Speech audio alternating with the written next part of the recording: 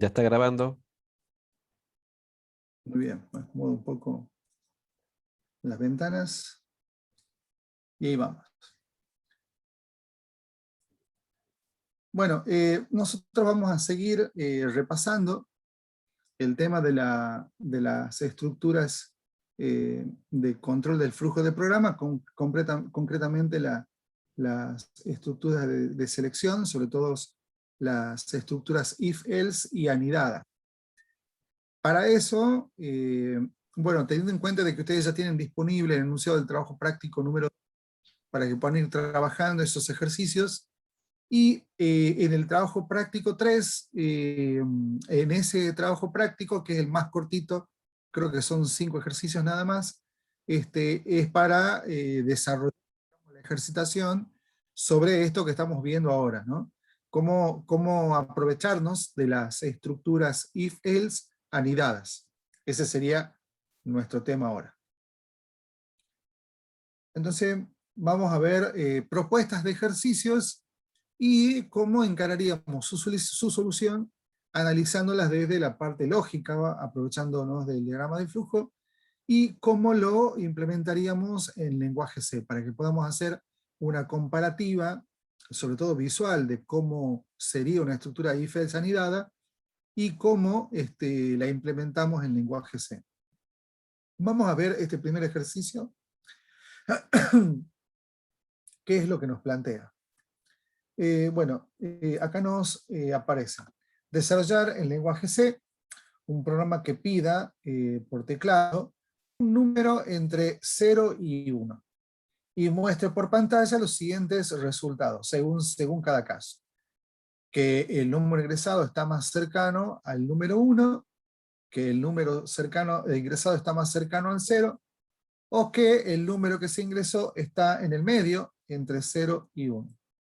Recuerden que los ejercicios tienen como finalidad la ejercitación, por eso son así sencillos, muy concretos.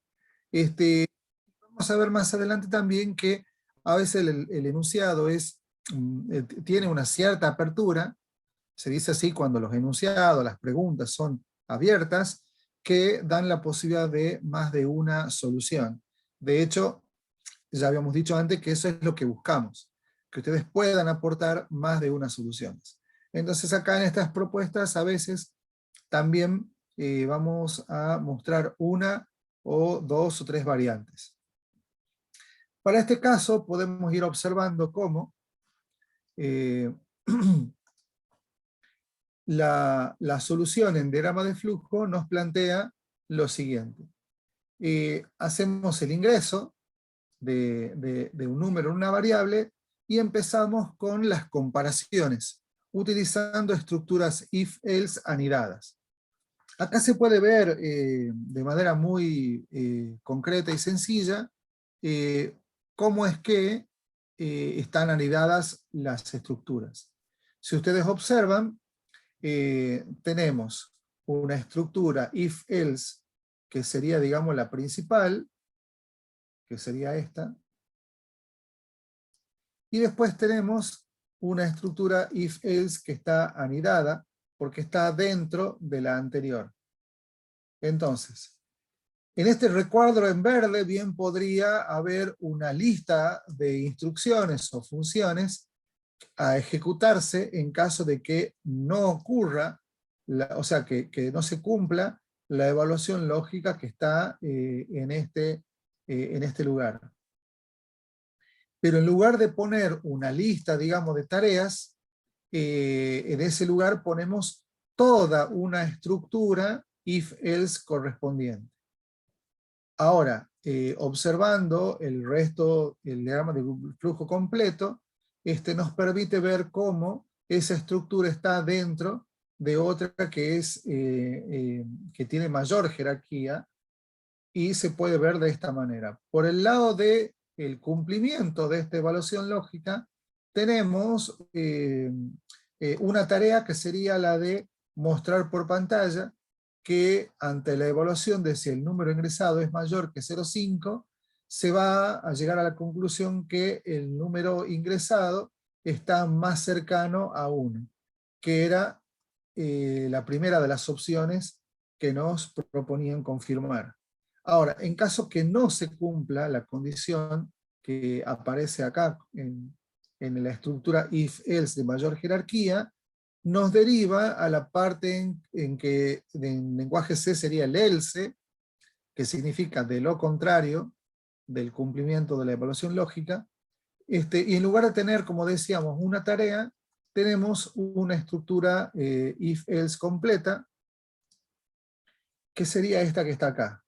Y la comprobación lógica que hace es verificar si n es menor que 0,5. En caso que se cumpla la condición, si vamos por el sí, llegamos a la conclusión de si no era mayor que 0,5 y no es menor, significa que n está, perdón, si no era mayor, pero sí es menor, en caso de que n sea menor, significa de que n está más cerca del 0. Ahora, en caso que no se cumpla ninguna de las dos, o sea que no sea mayor y que no sea menor, significa que el número está en el medio, entre 0 y 1 exactamente. Entonces vamos a ver ahora cómo sería el lenguaje C. Fíjense cómo esta sería la estructura if-else primaria, la de mayor jerarquía, y dentro del else tenemos la estructura if-else secundaria. Entonces, fíjense cómo tenemos entre paréntesis si nos enfocamos en el diagrama de flujo, teníamos dos comprobaciones lógicas, la secundaria y la primaria. Por lo tanto, en el diagrama de flujo tenemos esta que sería la primaria y esta que sería la secundaria, porque es la estructura if-else que ya está anidada y está dentro de la sección else de la que es de mayor jerarquía. Y de esa manera acá tenemos las correspondientes salidas por pantalla para cada uno de los casos. Algo para destacar es cómo se ha aprovechado en este ejemplo lo que hemos visto en la clase anterior, que tenía que ver con aprovechar todos los caracteres de la tabla ASCII, donde podía verse cómo los caracteres realmente tenían un código, ¿no? De esa manera podemos utilizar, por ejemplo, acá se puede ver la letra U acentuada, que le corresponde al número 163. Eso lo podemos usar en este ejemplo de manera tal de aprovecharla en este mensaje. Introduzca un número y en lugar de la letra U acentuada, ponemos %C para hacer referencia al carácter que tiene el código 163. De esa manera, en este lugar, logramos mostrar por pantalla la letra U con acento. Bueno, en este caso sería la letra A acentuada, y en este también. Eso es para mostrar cómo podemos aprovecharnos de lo que veíamos en la clase anterior. ¿Algún comentario o pregunta hasta acá? No, perfecto. Bien, vamos al ejercicio siguiente.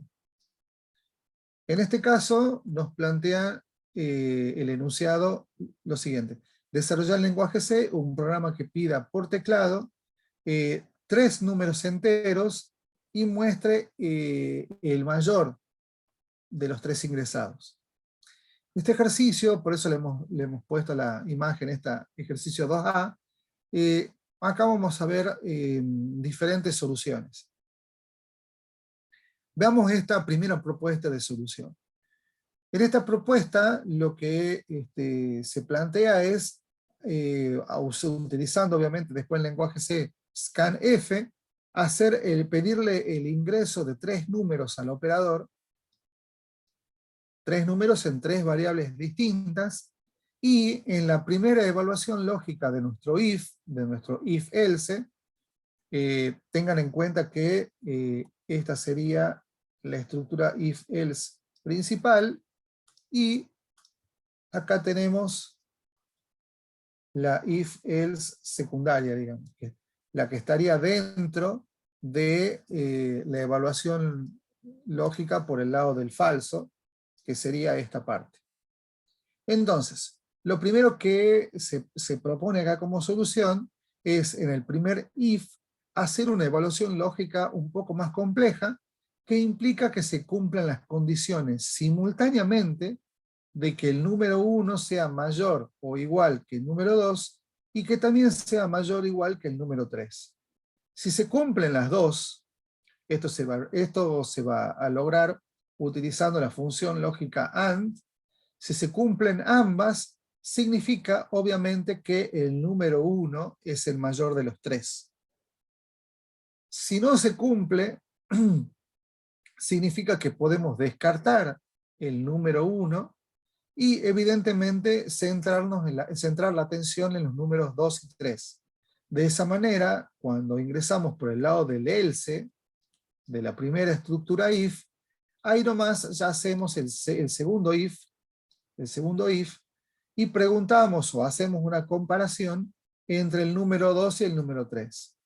Como en este caso particular, si el número 2 se cumple que sea mayor que el número 3, evidentemente sacamos por pantalla el mensaje que el mayor es el número 2, y de lo contrario, sacamos por pantalla que el número mayor es el número 3. ¿Comentarios o preguntas hasta ahí? Este sería el mismo ejercicio analizado en el diagrama de flujo anterior, ahora escrito en lenguaje C.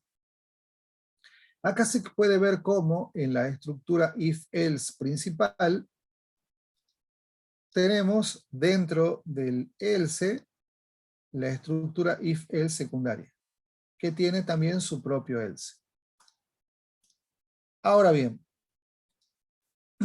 acá se puede ver cómo, utilizando el doble ampersand es el que termina siendo equivalente a un AND, de manera tal que deben cumplirse esta y esta condición simultáneamente.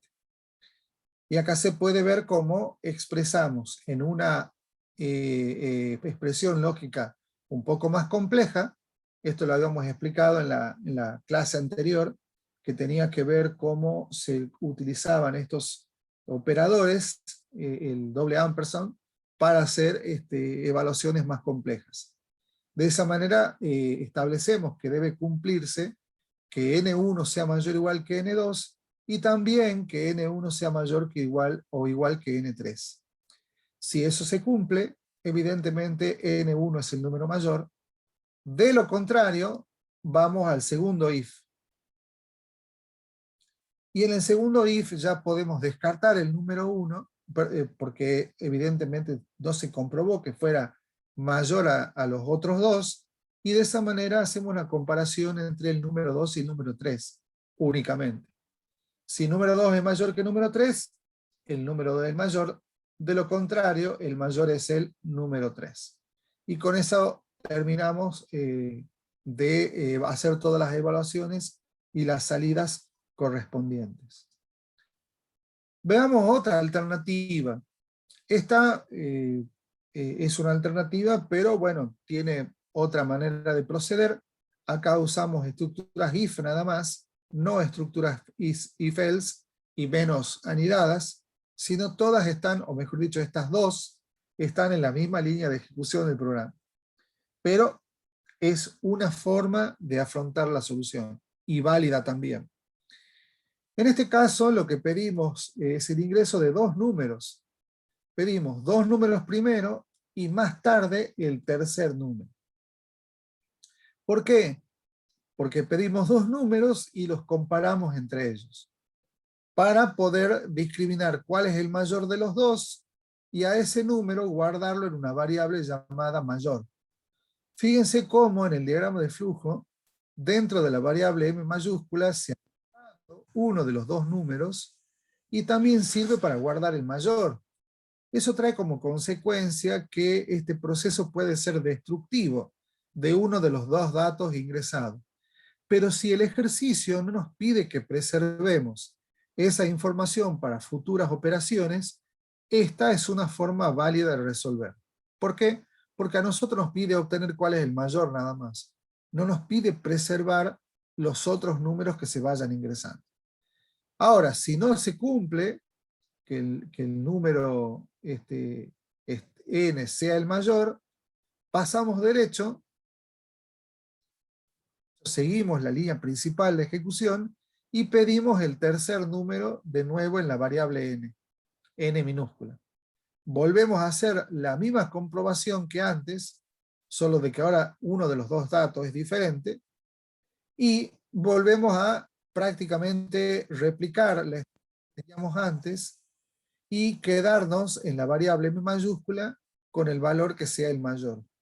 Y según lo que derive de esta evaluación lógica, llegamos acá o acá, que nos termina mostrando por pantalla cuál de los dos es el mayor. No sé si alguno necesita que ampliemos más información sobre este ejercicio. Profe, Sí, me había salido una duda sobre dónde está ahí n%c. ¿Cómo era esa parte del printf? n% C. Ah, donde explicaba, esto es acá arriba. Acá. Sí, ahí me confundí. Por ciento C significa que en la cadena del printf quiero agregar información donde podría hacer referencia a una variable, pero en este caso no estoy usando una variable, estoy usando un número. Pero cuando es por ciento C, hace referencia a un carácter. Por eso es C. Nosotros solemos usar por cientos i o por cientos, bueno, no me sale ahora, por cientos i para un número entero. Es lo que normalmente usamos cuando queremos mostrar el contenido de una variable entera. O por cientos f cuando queremos usar o mostrar en un printf es el contenido de una variable tipo float. Cuando usamos por ciento c es cuando queremos agregar en la cadena del printf, que sería esta, un carácter. Y donde hay un por ciento, va a hacer referencia a ya sea una variable, un valor, que está después de la coma en el printf. ¿Para qué hacemos esto? Como la palabra número requiere de usar una U con acento, la única forma para poner una U con acento es usar el código ASCII de esa letra. ¿Cuál es el código ASCII de la U con acento? Es el 163. ¿De dónde sale eso? De la tabla de código ASCII, que es esta. Donde podemos ver que la letra U con acento equivale al código 163. Esto lo hemos explicado en una clase anterior, que inclusive ustedes las tienen, tienen a ella porque está grabada en video. Quizás se ha perdido el momentito donde explicábamos esto. ¿De acuerdo? No sé no sé si está contestada la pregunta o la duda permanece. Sí, profe, sí. Gracias.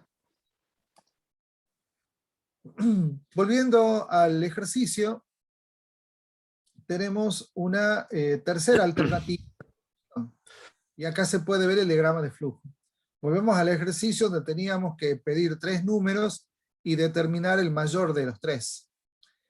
Esta sería la alternativa donde no usamos, a ver, lo que quiero hacer es comparar con esta solución. En esta solución, no, perdón. En esta solución utilizábamos un AND para hacer una pregunta compleja y descartar lo máximo posible en la primera evaluación lógica. Acá, en esta solución, en la 2C, ya no usamos un AND. Usamos una evaluación lógica donde comparamos el número 1 con el número 2, simplemente. Entonces, si comparo número 1 con número 2, o sea, preguntando si N1 es mayor que N2, si se cumple, significa que la única comprobación que me queda hacer es respecto de N3, porque acá N3 no está apareciendo. En cambio, en el otro ejercicio, donde usábamos AND, preguntábamos doblemente si N1 era mayor que N2 y también si N1 era mayor que N3. Como acá no hago eso, la única alternativa es que si se cumple esta, ahora pregunte si además N1 es mayor que N3. En caso de que se cumpla, que sería el caso similar a la otra resolución, ya llego a la conclusión que N1 es el número mayor. Si no se cumple, evidentemente el número 3, esto sale de acá, significa que si no se cumple es porque el número 3 es el mayor. No sé si lo van viendo o hace falta aclarar algo. Ahora, si no se cumple la primera evaluación lógica, significa que vamos por esta rama ahora. Evidentemente, lo que nos queda es comparar el número 2 con el número 3. ¿Por qué? Porque si N1 no es mayor que N2, que sería esto, significa que N2 va siendo el mayor en este caso. ¿Sí? N2 va siendo el mayor respecto de N1. Entonces la única que me queda es comparar N2 respecto de N3.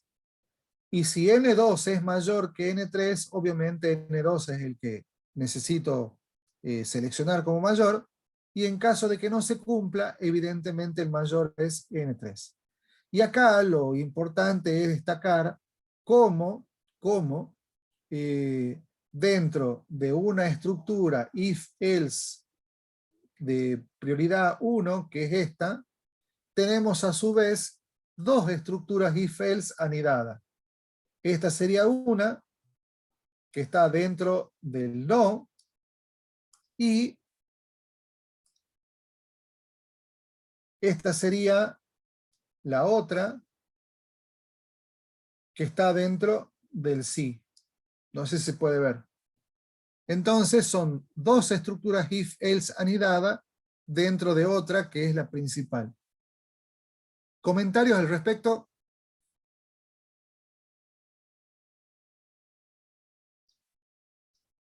En este caso podemos ver cómo se distingue lo que estaba mostrando hace rato en lenguaje C. Acá tenemos el if principal con su evaluación lógica, que sería todo esto, y dentro de esas tenemos una estructura if-else anidada dentro del lado del verdadero, y dentro del lado del falso, que sería cuando se cumple else, o sea, de lo contrario de esta, tenemos esta otra estructura if-else completa. Y de esa manera tenemos, esta es la segunda, y esta sería la primera anidada, ¿no? Acá se puede ver que en esta estructura if tenemos esta evaluación lógica y tenemos el else correspondiente. Y en el otro caso tenemos el if con esta evaluación lógica y el else correspondiente. ¿Se puede ver? Acá también, como preguntaban hace rato, seguimos usando el carácter ASCII de número en esta posición, ¿sí? Eso simplemente para tratar de reflotar lo que veíamos en la clase anterior. ¿Comentarios, preguntas?